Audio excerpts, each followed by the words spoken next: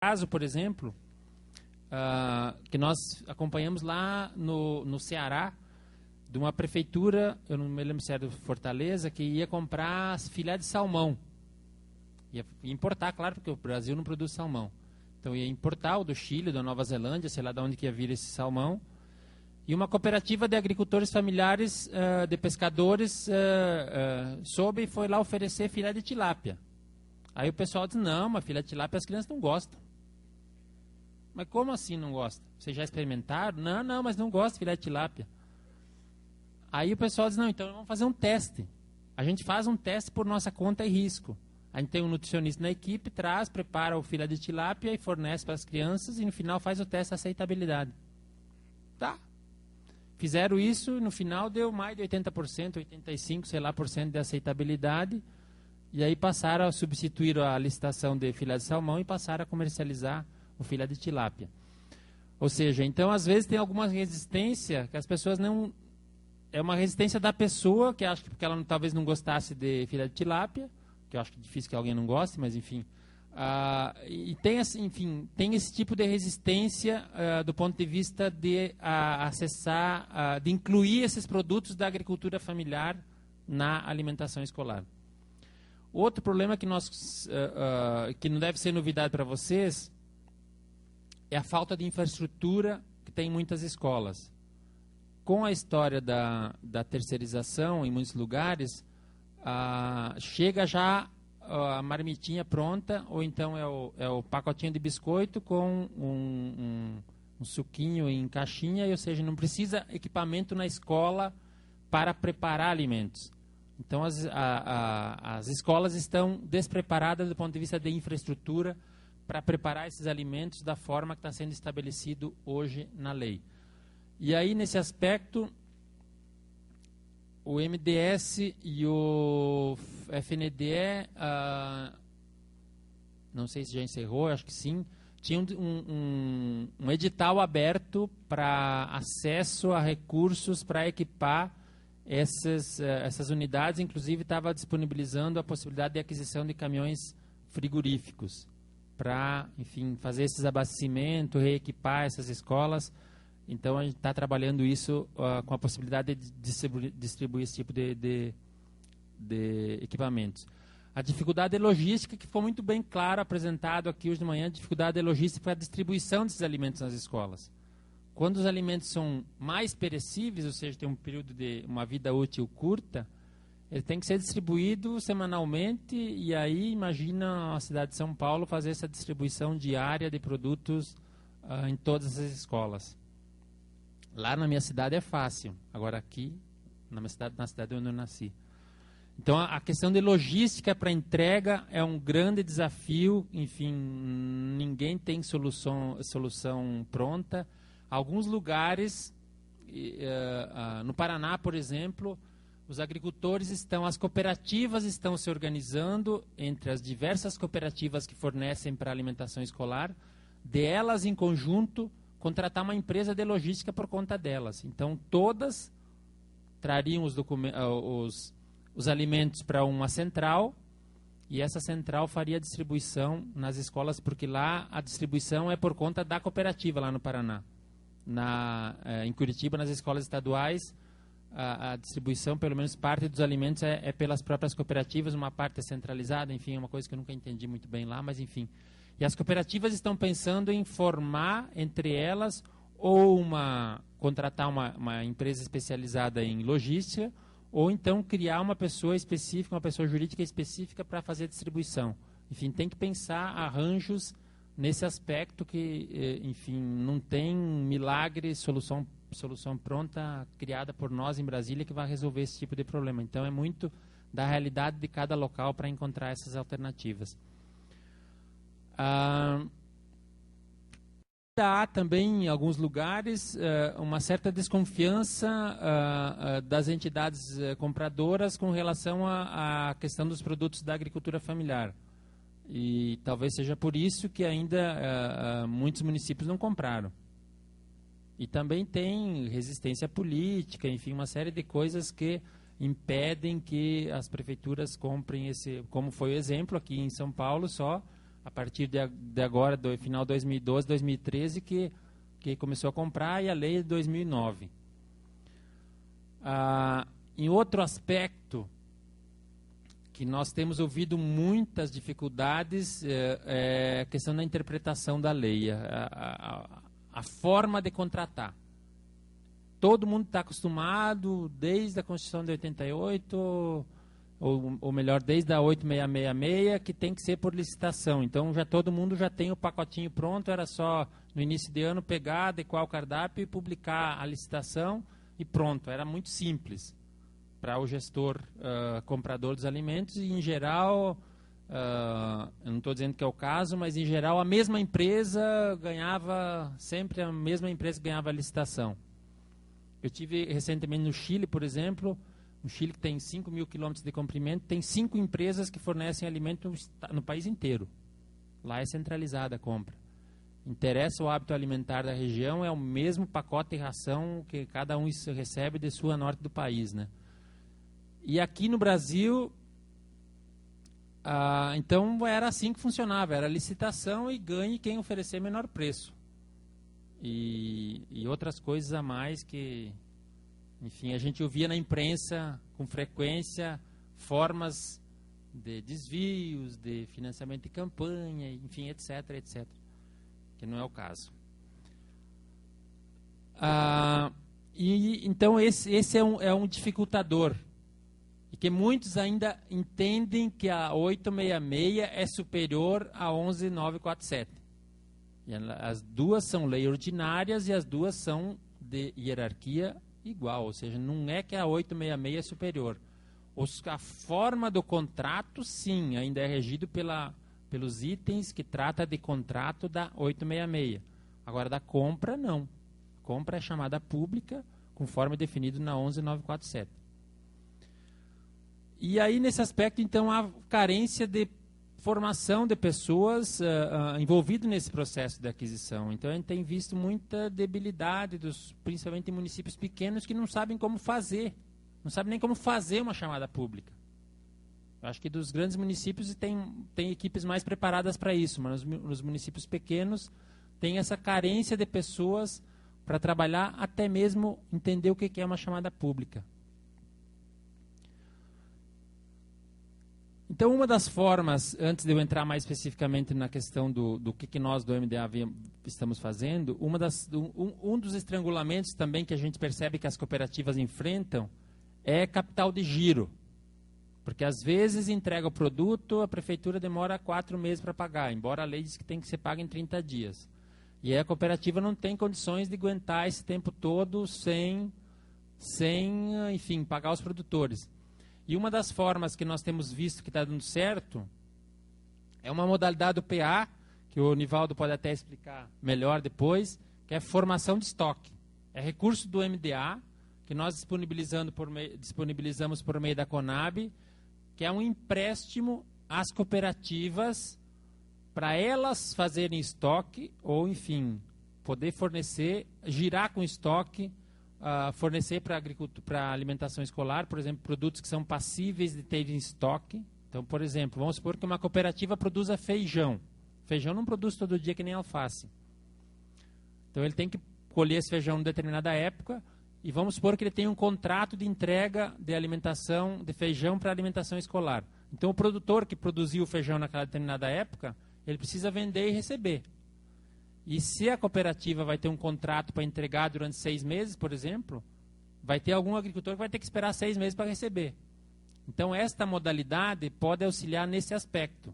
Disponibiliza o recurso, a cooperativa paga aos produtores e a cooperativa vai entregando o alimento para a prefeitura e vai recebendo dinheiro e vai depositando numa conta ou vai já pagando a Conab à medida que vai recebendo. Então, é uma modalidade que nós temos visto exemplos exitosos que têm amenizado a questão da falta de capital de giro de algumas cooperativas.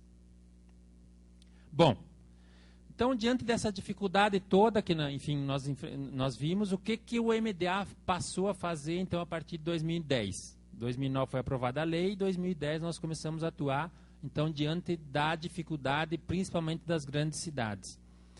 Então nós criamos um projeto chamado Projeto Nutri. Não tem nada a ver com a barrinha de cereal, enfim, alguém que inventou lá e passou a ser usado para o Projeto Nutri. E que nós começamos na região Nordeste, contratamos entidades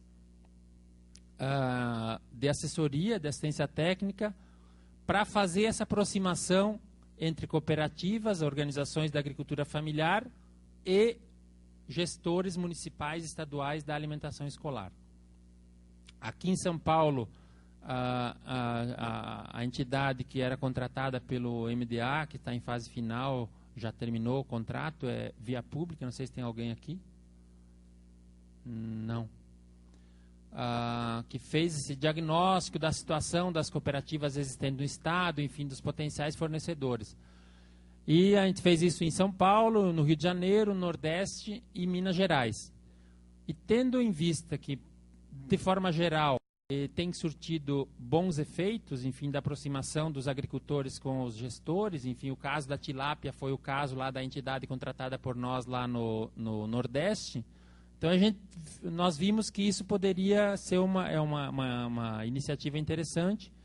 E em 2012 nós publicamos uma nova chamada então de assistência técnica ampliando a área de atuação, envolvendo toda a região Nordeste de novo, São Paulo, Minas Gerais, Paraná, Rio Grande do Sul e Santa Catarina. E nesses estados, que você pode ver que é o litoral todo, onde concentra a maior parte da população. Só esses estados, eles recebem mais de 70% do orçamento total do FNDE de repasse. Ou seja, aí é que está concentrada a maior parte da população brasileira. Então, qual é a nossa atividade com relação a tentar reduzir os problemas do ponto de vista aqueles que eu mencionei antes? Então, nós optamos por trabalhar com cooperativas. Por que cooperativas? Então, é um processo de assistência técnica na gestão de cooperativas. E optamos por cooperativa pelo seguinte aspecto. Tem alguns estados, eu não sei São Paulo, que não disponibiliza inscrição estadual para associações. Ou seja, associações não podem comercializar, não tem nota. Não sei aqui em São Paulo. Mas tem alguns estados que não fornecem nota para associação. Então, nós optamos por fazer com cooperativas. Cooperativas relativamente grandes no primeiro momento, com foco para organizá-las, para atender essas 64 cidades que nós escolhemos como foco principal. Então, que são as maiores cidades do Brasil e que têm a maior dificuldade de acessar os produtos da agricultura familiar. Então, nossa tentativa, não quer dizer que seja a solução, é preparar cooperativas para que elas possam atender as demandas da alimentação escolar das grandes cidades. Então, aqui em São Paulo, Reinaldo, quantas são as cidades que nós vamos... São 5? 9? Então, em São Paulo, nós temos uma entidade contratada aqui, chama Terceira Via, que tem alguém aqui? Está ali. Terceira Via. E eles, além de acompanhar 32 cooperativas, ou 33, eles precisam também ajudar, disponibilizar informações, pegar informações dessas 9 cidades, levar para discutir com as cooperativas para ver, por exemplo, isso que foi apresentado hoje de manhã, a ficha técnica dos produtos. Mas está começando. A gente está começando agora, esse ano, esse trabalho, e você não, enfim, possivelmente algumas cooperativas tenham recebido uma visita, 2 ainda, mas vão ser um trabalho de 2 anos, 24 meses de acompanhamento que nós estamos disponibilizando. A gente já percebeu que talvez tenha que estender isso para os próximos contratos, tenha que ser para 3 anos. Então, é um trabalho novo. Esse tipo de assistência técnica nunca teve no Brasil. Assistência técnica específica para cooperativas e associações. Assistência técnica do ponto de vista da gestão dos empreendimentos. Organizar a gestão, a contabilidade, a noção de custos, logísticas, organização. Enfim, é esse o tipo de trabalho que vai ser disponibilizado para as cooperativas. E é algo novo. Nós temos experiência no Brasil de assistência técnica para agricultores, pessoas físicas, ir na propriedade, discutir plantio, produção e tal. Mas na gestão de empreendimentos não tem muita experiência no Brasil com relação a isso. Então é um trabalho novo. Vamos ter problemas? Certamente, mas enfim, os problemas também servem para discutir alternativas. Então nós vamos acompanhar 200 cooperativas, aqui em São Paulo 32 ou 33, e no Brasil 200 cooperativas com foco para abastecer ou atender 64 grandes cidades. Não quer dizer que essas cooperativas vão ter que, se elas têm um mercado do lado e não é a cidade escolhida, não vai deixar de vender ali, não é isso. Na verdade é com o olhar para tentar abastecer as grandes cidades. E além disso, nós temos mais 200 cooperativas que nós estamos trabalhando mais ou menos a mesma lógica de assistência técnica também para a gestão, mas essas não necessariamente são produtoras de alimentos. Então, tem cooperativas de outros produtos, mas muitas dessas outras 200 também são produtoras de alimentos. Então, nós temos possivelmente um número maior de 200 cooperativas no Brasil, com capacidade para fornecer alimentos para o PNAE. Aqui é só um mapa das quantidades de cooperativa que nós temos. Então, São Paulo, nós temos 30, aqui estava 30, mas agora passou para 32, e tem 15 dessa outra modalidade que não necessariamente sejam produtoras de alimentos. E aí a outra empresa que está contratada para assessorar essas outras 15 cooperativas é uma organização chamada IBS. Não sei se tem alguém aqui. Tem uma pessoa lá atrás.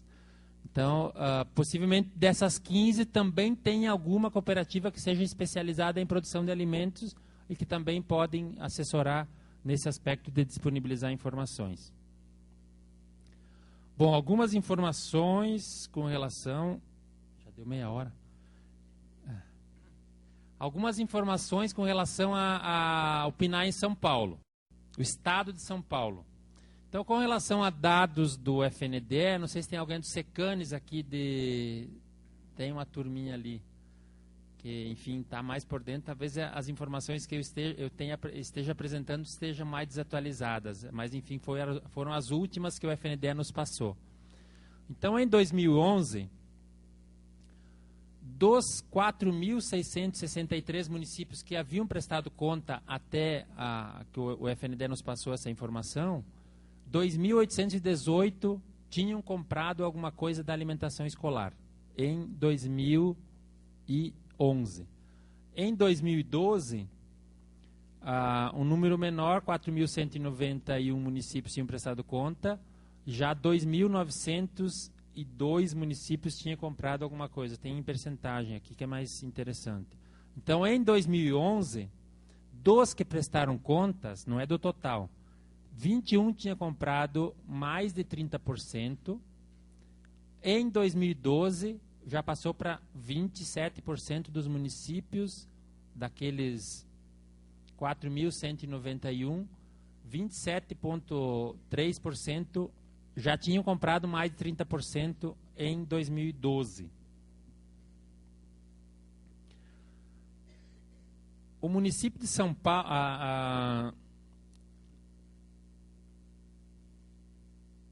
O título não está condizendo com... esse é do Estado, o título não está... Então, no Estado de São Paulo, são 645 municípios, é isso? Dos 645 municípios, em 2012, 310 municípios compraram alguma coisa, ou seja, 48,1%. Ou seja, tem mais de 50% dos municípios que não compraram nada.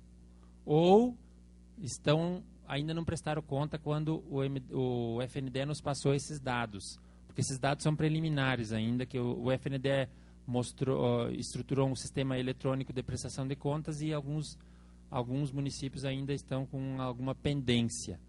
Talvez elas estejam até com informações mais atualizadas. Mas essa é a informação mais atualizada que o FNDE nos passou. Então, 310 municípios, ou seja, 48% só, Menos da metade compraram em 2012. Aqui está um mapa feito pela Via Pública, que era a entidade contratada pelo MDA até o ano passado aqui, até esse ano, aliás. E aí mostra que publicaram chamadas em 2012. Vocês podem ver que quase coincidiu. A 2012, aqui pelos dados que eles levantaram, eles conseguiram 281 municípios que publicaram chamada. E aqui, pelos dados que nós conseguimos pelo FNDE, 310 municípios compraram. Então, está muito próximo das informações que eles levantaram. Em 2013, segundo as informações que eles levantaram, que é a cor rosa, 109 municípios já tinham publicado chamadas. E publicaram em ambos os anos 88, que coincide a parte vermelha do... Mas vocês podem ver que tem muitas áreas brancas ainda que não compraram nada. E nós já estamos... 2009 não conta. 2010, 2011, 2012. Já se passaram 3 anos e nada ainda. Aqui no estado de São Paulo, tem 222 DAPs jurídicas. Ou seja, aquilo que eu falei antes, é por isso que eu falei da DAP, para agora, quando você falar disso aqui, você entendeu. Ou seja, 222 DAPs, associações ou cooperativas. E no estado de São Paulo, das 222, 106 comercializaram alguma coisa em 2012 no PNAE, ou seja, 47%, quase 48% das cooperativas ou associações do estado de São Paulo já estão comercializando alguma coisa na alimentação escolar. Ainda tem 50% que não comercializou, mas pode ser que seja cooperativas que a produção principal delas não seja alimentos. Porque aqui está cooperativas da agricultura familiar com DAP jurídica, não necessariamente elas sejam produtoras de alimentos. Mas tem um número significativo já que produz e comercializa alimentos. Essa informação está equivocada, mas o que interessa aqui é dos que venderam DAPs físicas, pessoas físicas que venderam. Ignorem essa coluna do total de DAPs físicas, mas olhem o menor número ali, que no estado de São Paulo, em 2012, 1.125 agricultores venderam enquanto pessoa física. Possivelmente seja nos municípios pequenos, igual o município onde eu nasci, lá onde o cara abastece com um carrinho de mão. Então, tem um volume significativo de organizações. Aqui são dados preliminares disponibilizados pelo FNDE. Quem são os fornecedores de São Paulo?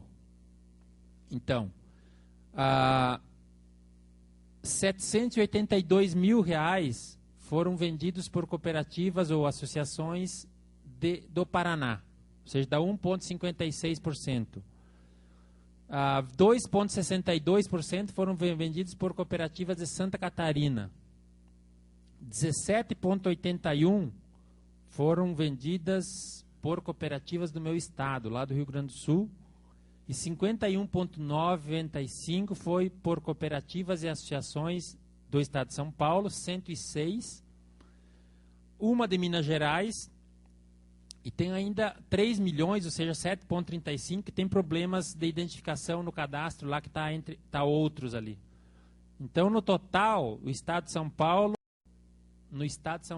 em 2012, pelos dados até o momento que o FNDE nos passou, comprou 50 milhões.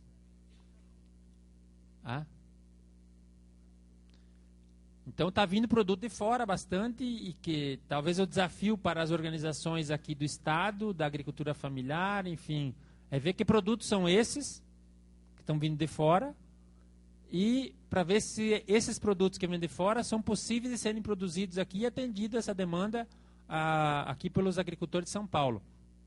Porque a ideia de quando criou a lei da alimentação escolar era propiciar mercado local para os agricultores para evitar o passeio de produtos de sul a norte do Brasil, que está acontecendo ainda algumas coisas. Mas, por exemplo, a chamada licitação da alimentação escolar de Belém, no Pará, tinha maçã. Maçã, aonde que produz no Brasil? Talvez em São Paulo um pouco mais grande é de Santa Catarina e Rio Grande do Sul. Então não tem sentido pegar lá maçã de Santa Catarina para levar na escola em Belém, no Pará. Então, a ideia da alimentação escolar, como vocês olharem na lei, é produzir alimentos que sejam adequados assim, da região e adequado ao hábito alimentar da região. Então, e aqui está vindo produto de fora. Claro, talvez esteja arroz, por exemplo, não sei se São Paulo produz muito arroz, tem vindo do Paraná e Rio Grande do Sul, que são os maiores produtores. Aqui é só que eu peguei rapidamente ontem à noite, do relatório já disponibilizado pelos pré-diagnósticos feitos pela Terceira Via, das cooperativas que eles já visitaram, alguns produtos que, sem entrar no quantitativo, produto que essas cooperativas que eles estão acompanhando produzem. Então eu estava olhando aqui quando acho que a nutricionista estava apresentando, tem uma série de produtos aqui que coincidem. Ou seja, tem oferta, tem capacidade de oferta, não sei se naquelas quantidades. Mas, enfim, tem que pegar, por exemplo, a lista que ela apresentou para discutir com as cooperativas até que ponto as cooperativas podem atender nos quantitativos que a prefeitura está demandando. E muitos desses produtos que estão listados aqui estavam listados na apresentação que foi feita anteriormente. Bom, e era isso. Eu agradeço e, enfim, vou estar aqui até às 5 da tarde, porque me colocaram num voo que eu tenho que sair antes do horário que eu queria, e então vou ter que sair mais cedo, mas até às 5 da tarde eu vou estar aqui para, enfim, esclarecer e participar das discussões todas aí, e, enfim, e acho que essa iniciativa é super importante da Prefeitura de São Paulo organizar esse evento que possibilita a aproximação aí dos compradores, vendedores e apoiadores. Obrigado.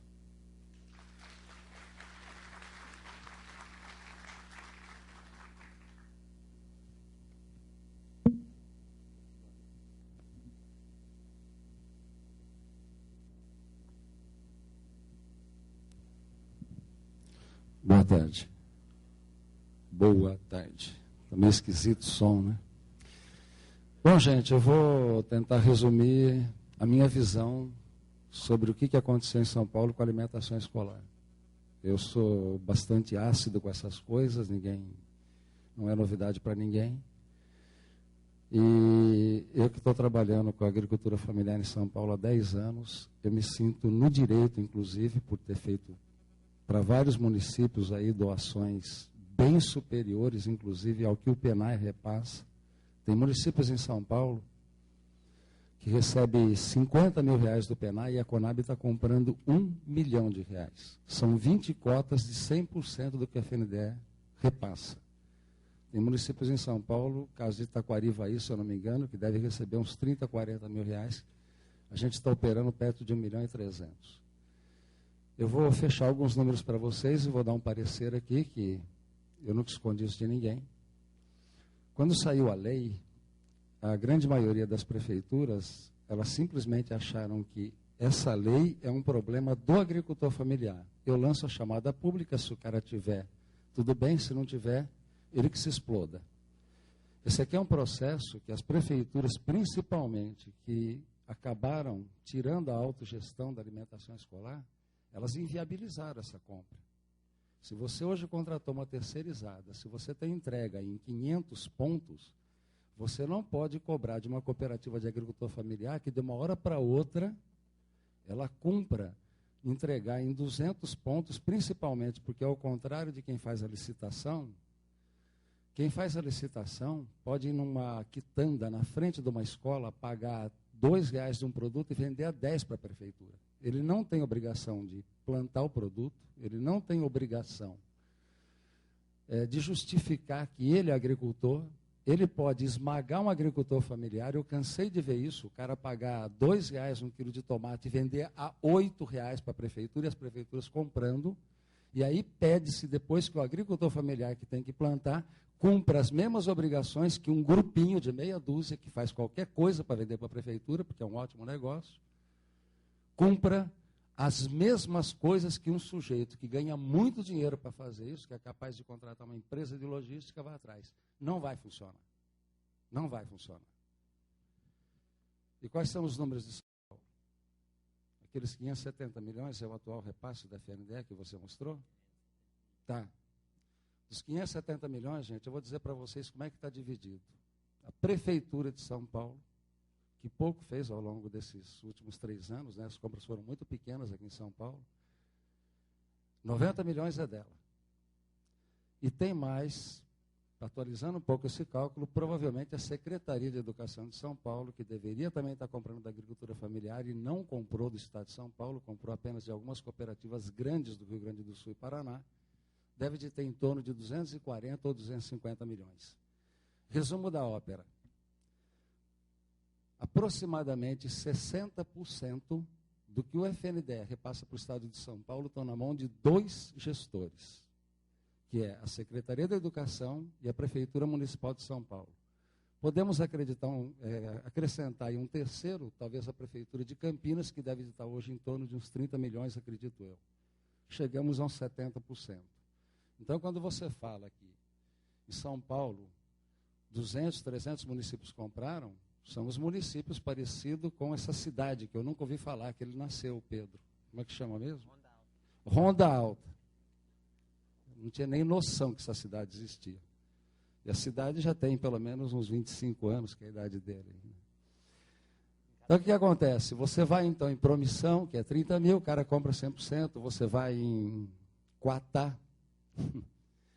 Quatá, se eu não me engano, tem 700, 800 habitantes, eleitores. O cara compra 100%. E aí, quando a gente pega no dinheiro, dá no que está dando, né? A gente acaba vendendo para 300 prefeituras, ou seja, para mais de 50% das prefeituras, mas no valor financeiro, estamos a menos de 10%. Então, vocês me desculpem, mas a Prefeitura de São Paulo, a Prefeitura de Campinas, a Secretaria de Educação de São Paulo, ela tem uma obrigação muito maior do que um município do tamanho, por exemplo, de Birigui, de Restinga. Por quê? Porque se eles não executarem as compras no Estado de São Paulo, e para isso é preciso que a Prefeitura também crie, que a Secretaria de Educação crie também condições de logística, ambiente para que essa política floresça, quando todo mundo fizer tudo, nós vamos atingir 50% ou 40%. Porque se for pedir hoje, primeiro, não temos agricultores praticamente, ou muito poucos, dentro da cidade de São Paulo. Eles terão que vir de fora. Então, não dá para você pedir, por exemplo, não dá para servir como referência um preço de licitação. Porque o cara que participa da licitação, ele paga quanto quer, ele compra de pacote fechado e vende a quanto quer para a prefeitura. E uma coisa, um fenômeno que é fácil de observar. Depois da entrada da alimentação escolar, os preços das licitações caíram, eles diminuíram para concorrer com a alimentação escolar, para inviabilizar. Hoje é capaz de você colocar determinados produtos que se produzem em larga escala, como feijão, como arroz, como outros itens, os preços caíram consideravelmente pelo volume que é comercializado para inviabilizar o agricultor familiar de trabalhar. E eu me rendo a uma pessoa que eu sei que está aqui dentro, não sei onde é que ele está agora, ele é a cara do Sassamutema, o Tadeu, que ele conseguiu implantar logo de cara numa prefeitura complicada que era São Bernardo, resolvendo todos esses problemas. Se São Bernardo compra, por que Campinas não consegue comprar? Por que São José do Rio Preto não consegue comprar? Por que a Prefeitura de São Paulo, nos últimos 3 anos, executamos o que agora? 6 milhões, 7 milhões, né, o que representa menos de 7%. Porque as condições de execução da política, elas são desfavoráveis.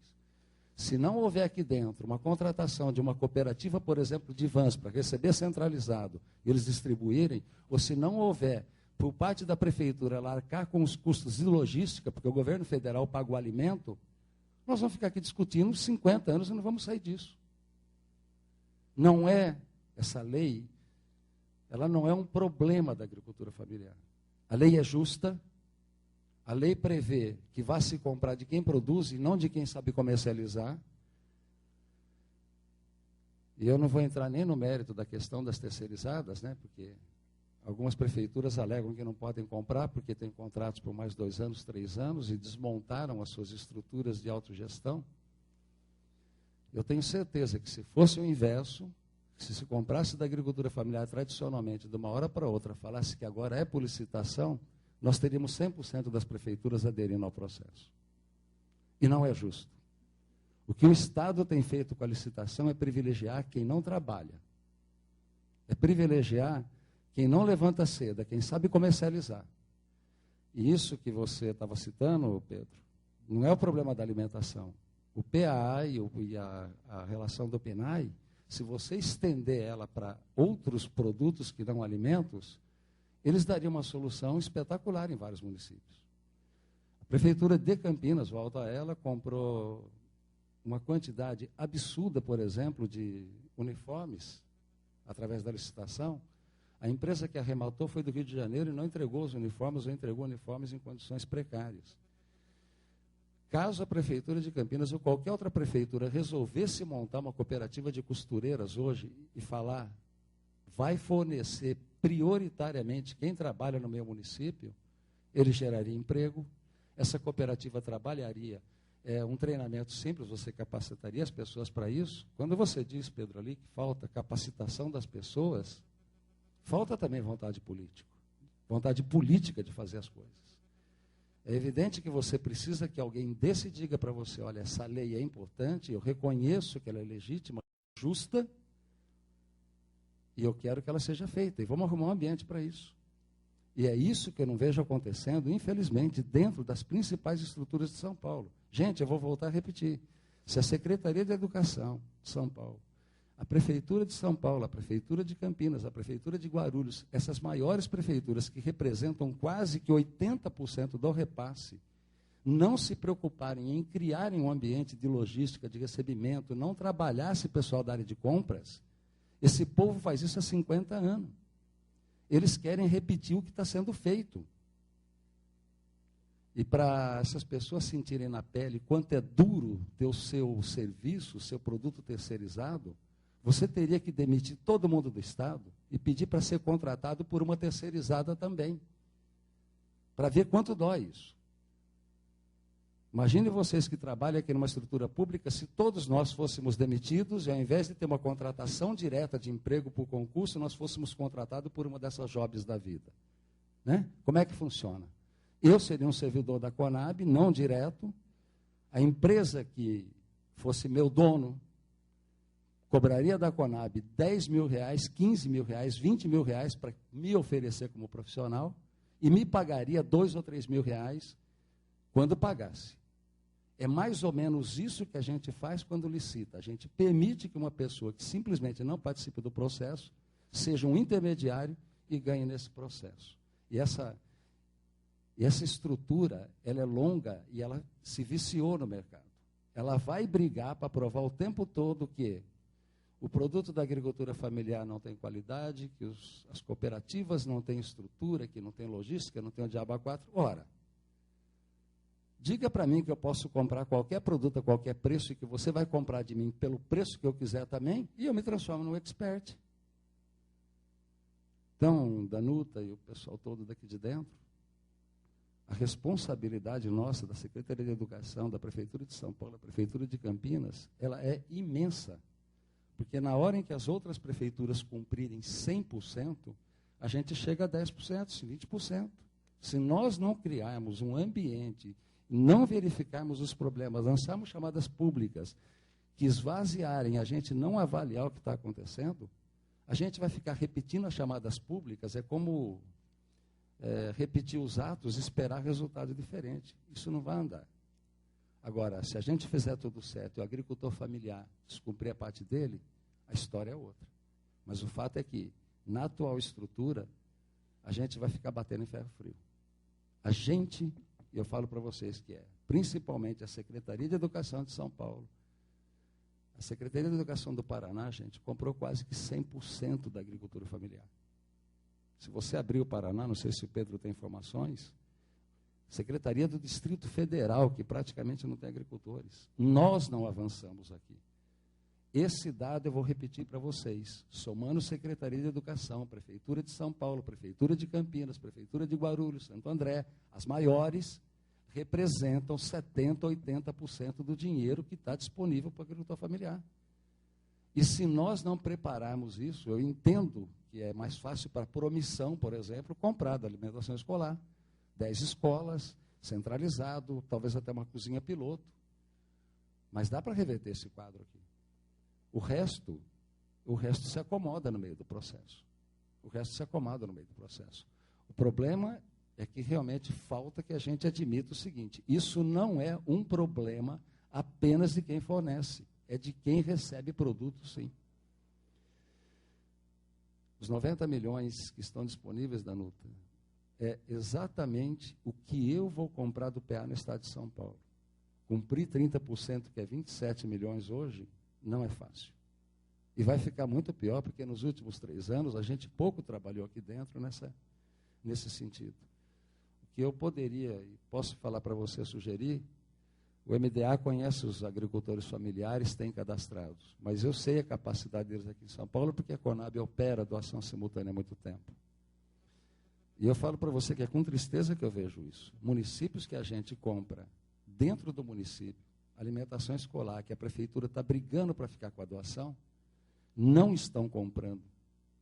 E essa centralização que nós fizemos agora, que vai ser obrigatoriamente entregue na assistência social, eu pretendo mandar todas as notas fiscais tiradas de doação para as prefeituras, para o FNDE, para que ninguém se esconda. E quanto à parte dos agricultores familiares, gente, vocês têm acompanhado as notícias, nós temos passado alguns problemas sérios com ocorrências que tiveram no PA, inclusive no Paraná. A imprensa está batendo, pegando pesado, muita besteira sendo falada, e que também foi ocasionada, em grande parte, por conta de uma coisa que eu vou chamar a atenção dos senhores, tanto para o PNAE quanto para a Conab. O agricultor familiar que vocês colocarem na proposta da Conab, ou que colocarem nas propostas do PNAE para vender, ele tem que plantar o produto e entregar. Ele tem que plantar o produto e entregar. Em ambos os casos, as cooperativas assinam o documento e o agricultor toma ciência das regras de que é produto produzido por ele. Os problemas todos que vocês estão vendo que estão ocorrendo, a origem é que tem muita gente, incluindo agricultores, e necessariamente ou obrigatoriamente, uma parcela deles não estão produzindo e o produto está vindo de origem desconhecida. Tomem cuidado com isso. Com relação a preço, Danuta, eu volto a insistir. Eu posso pegar para você qualquer item hoje. É mais fácil para quem compra no mercado, em grandes quantidades, vender mais barato para a prefeitura do que quem produz e entregar naquele preço que a licitação está aparecendo. Por isso eu acho que as regras de preço precisam ser olhadas, elas foram mudadas. Eu não concordo com parte das decisões que foram tomadas, mas, enfim, quem tomou as decisões que se responsabilize. Eu acho que o preço nosso é preço de atacado. Eu não concordo com os preços de varejo que eles puseram para se fazer pesquisa. Mas não se iluda quando você encontrar um produto que necessariamente na licitação está abaixo daquilo que você consulta por pesquisa. E uma vez a pesquisa sendo mantida, o que o Pedro falou é verdade. A regra da licitação para preço é uma, e a regra de compra e de preços do PA também é outra. E isso deve ser levado em consideração. Representam mais do que alguns estados. A Secretaria de Educação de São Paulo, ela recebe mais do que alguns estados nesse país. E se a gente não preparar o ambiente, a gente vai ficar lançando chamada pública e dizendo, aí está vendo? Brigaram pela política, agora não consegue cumprir. Ora, se eu tiver que entregar no preço da licitação em 300 lugares e não tivesse a contrapartida, esquece. Porque eu acho que o resto, a gente já provou aqui, volto a insistir, o que o Tadeu fez com São Bernardo, que é uma prefeitura que hoje, não sei se está nesses níveis ainda, mas chegou a comprar 100% e com mais de 180 escolas, foi uma preparação porque havia alguém dentro da prefeitura predisposto a bancar ou a preparar o ambiente para ser comprado, porque senão viraria uma dessas prefeituras comuns por aí. Eu acho que essa reflexão para o dia, eu paro por aqui. Obrigado, gente. A Federação da Agricultura Familiar, por gentileza, pode chegar aqui.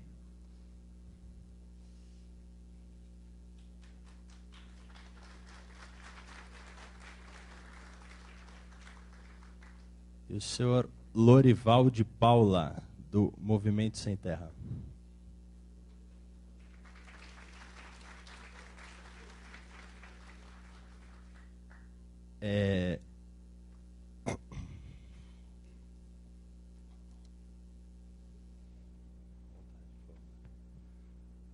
Antes de passar a palavra para eles, eu queria dar só um breve sobre a pauta aqui dessa mesa, que é justamente trazer um pouco um panorama dessas cooperativas, das cooperativas às quais eles representam, entendeu?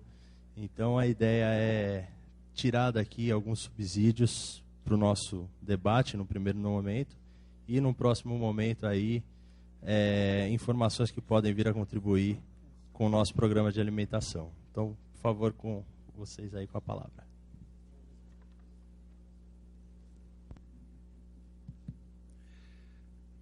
Bom, uma boa tarde a todos e todas. Bom, em primeiro lugar, é uma honra para nós do Movimento Sem Terra, do setor de produção, estar aqui esta importante plenária tratando de um assunto de grande relevância, né, para quem defende a realização da reforma agrária, a ampliação da reforma agrária, a melhoria das condições de vida dos camponeses, né, dos produtores familiares, né. Então, para a gente é uma honra. Agradeço essa realização, né, que da Prefeitura de São Paulo e de outros parceiros, para juntar todas as pontas, né, para fazer esse diálogo e poder melhorar, né, a aplicação desta política que eu particularmente considero uma das grandes medidas, né, a criação dessa lei, a do PENAI e também a do PAA, como uma das grandes conquistas dos últimos 10 anos para o campo brasileiro, né? Ela abre um espaço de diálogo, né? Possibilitou, inclusive, esse evento aqui, para a gente refletir sobre esta figura importante na sociedade brasileira, que é o produtor de alimentos, né? Como um companheiro colocou aqui, acho que foi o companheiro do MDA, né? Que os responsáveis nesse país por 70% daquilo que está na mesa do povo brasileiro todos os dias. E quase nunca, né, foi alvo de preocupação do governo. Nós tivemos muitas políticas para desenvolver o campo no Brasil, mas sempre pensada a partir, né, das grandes fazendas, né, desenvolver a grande produtividade, a grande produção do agronegócio, financiamento, subsídio, sempre pensado para os grandes, né, e para os pequenos agricultores, né, quase nada. Até a aposentadoria, que é o salário mínimo, foi difícil, né, para garantir isso como um direito. E essa lei, então, do PENAI, ela veio como uma luva no sentido de abrir esse espaço para o diálogo e, de fato, possibilitar lá na ponta, né, que a gente comece a pensar de garantir lá para o agricultor uma renda, né? Mais do que isso, garantir primeiro um mercado, porque o que muitas vezes é um empecilho para o aumento da produção é exatamente a não garantia da venda de um produto, né? E quando você começa a pensar, eu tenho um produto que agora eu posso ter garantia de que eu vou vender, isso é um grande estímulo para começar a organizar a produção, né? E depois, né, claro que o fator renda, ele é também de fundamental importância, porque o cara quer trabalhar, quer produzir, mas quer ter uma vida digna, quer ter algum rendimento no final disso para compensar o sacrifício, que é também o exercício da atividade, né, do labor da agricultura. Então essa lei ela possibilita um pouco isso. É claro que se a gente for fazer cálculos, né, a gente vai ver. Agora há pouco eu ouvi aqui o Nivaldo falando, que aliás gostei muito da fala dele, porque isso me poupou assim, de ter que dar umas cutucadas ou então ter que falar num sentido de cobrança. Então, acho que ele já cumpriu esse papel. Acho que eu vou dar até uma bandeirinha vermelha para ele, porque ele foi muito, muito incisivo e, de fato, acho que transmitiu muito assim daquilo que nós, né, sentimos e gostaríamos de ouvir, né? Que é essa necessidade de quem opera o Estado ser mais ousado, de enfrentar os desafios. A gente sabe que todo mundo está enfrentando de algumas formas, mas a gente precisa ter coragem, né?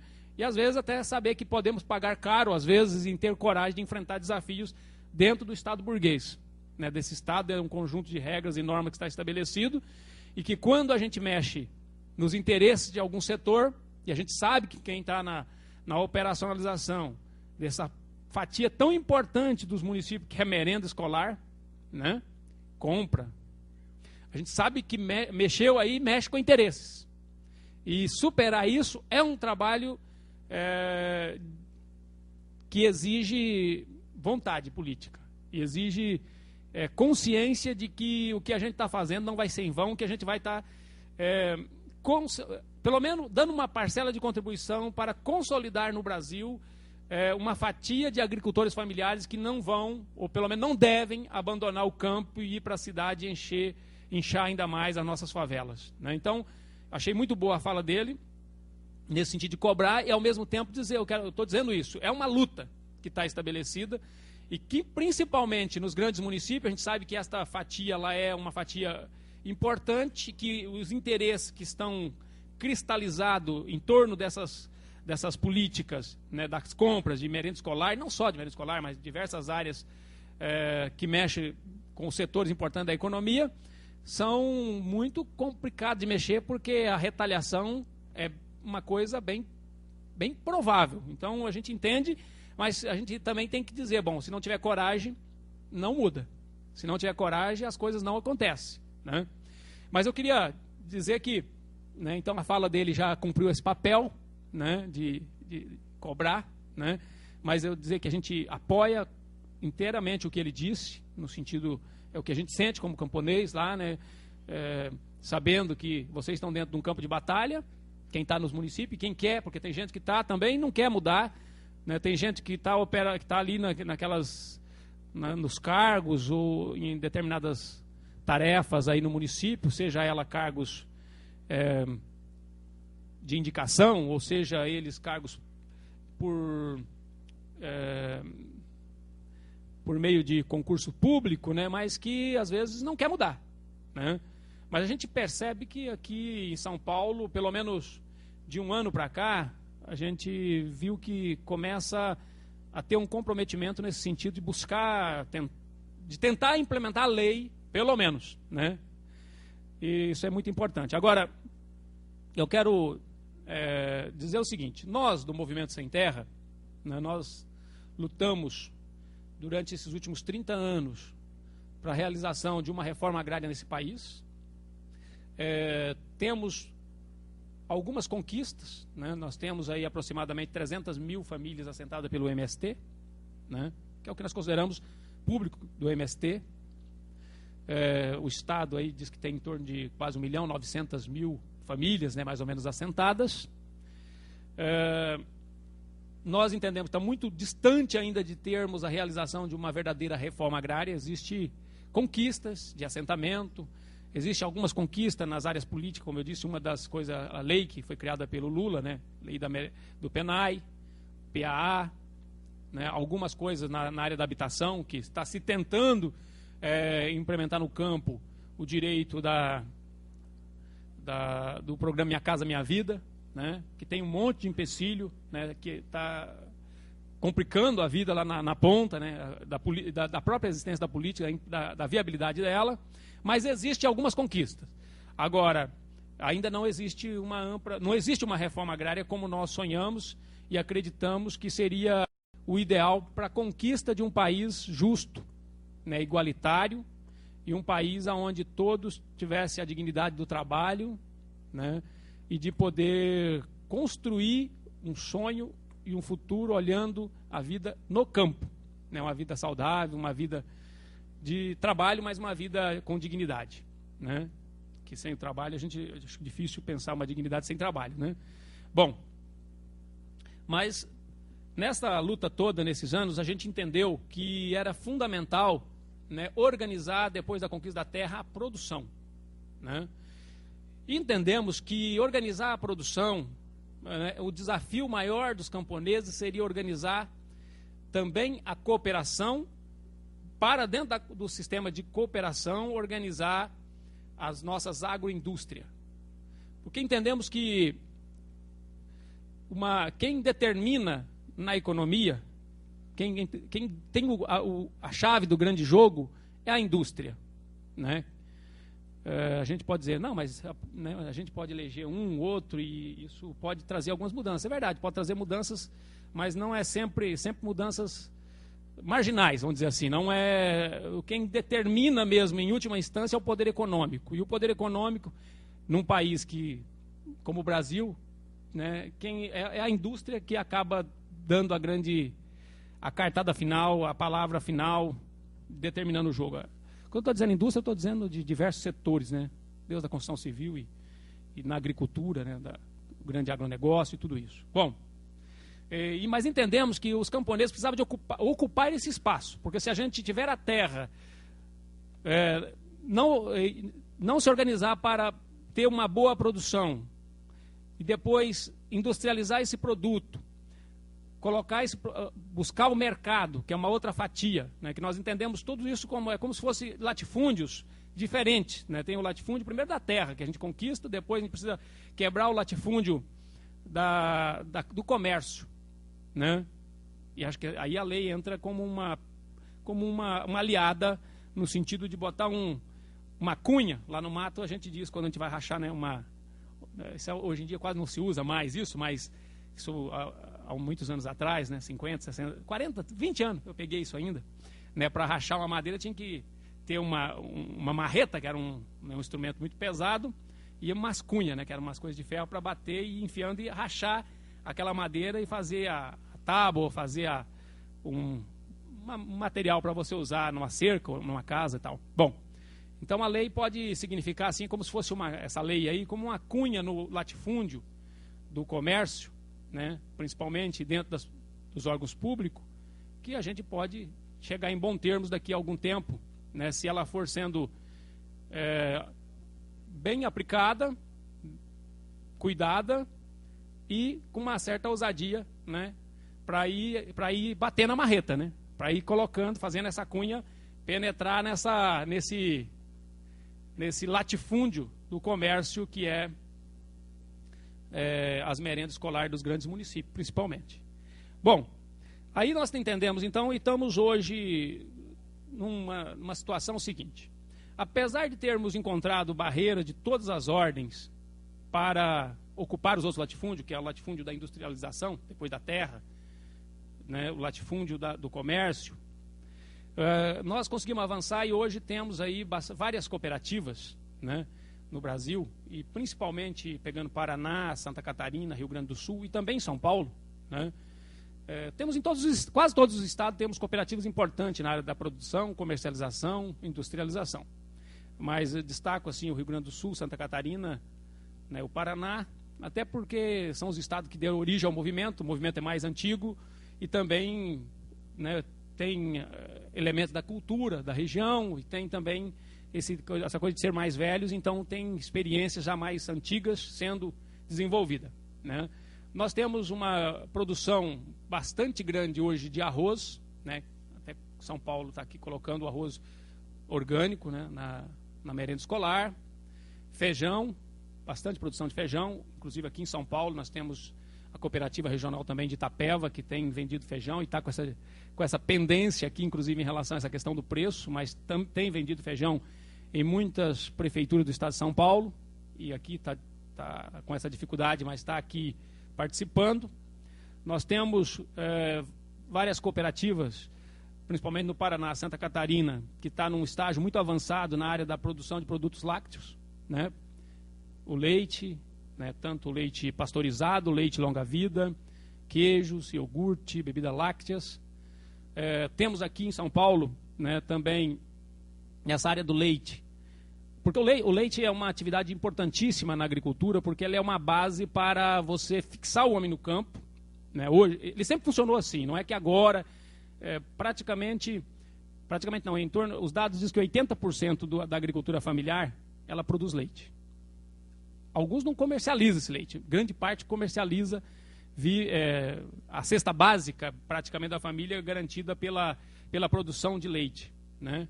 E nos assentamentos, a gente tem sentido que esta é uma coisa que logo no começo se desenvolve. As famílias buscam a produção leiteira para poder garantir no mês seguinte uma renda capaz de comprar lá o que falta no mercado, né? E aqui nós temos lá na nossa região, e da qual eu faço parte, eu sou diretor de uma cooperativa também, que chama Coapar, e a gente vem trabalhando no Penai, lá, eu sou de Andradina, né? E o município de Andradina, desde 2009, logo criou a lei, já aplicou a lei, nós fizemos toda a discussão lá, logo que saiu isso aí, nós já tinha cooperativa e conseguimos, desde 2009, estamos entregando produtos lá no Penai, né? Hoje estamos entregando também lá na região, em Três Lagoas, que eu sou lá da divisa, né? Do Mato Grosso com Mato Grosso do Sul, entregamos lá, também em São Carlos, agora assinamos contrato em Campinas, né, para entregar produtos lácteos, né? Campinas é bebida láctea e iogurte, né? E estamos também, provavelmente vamos assinar contrato em Mogi Guaçu,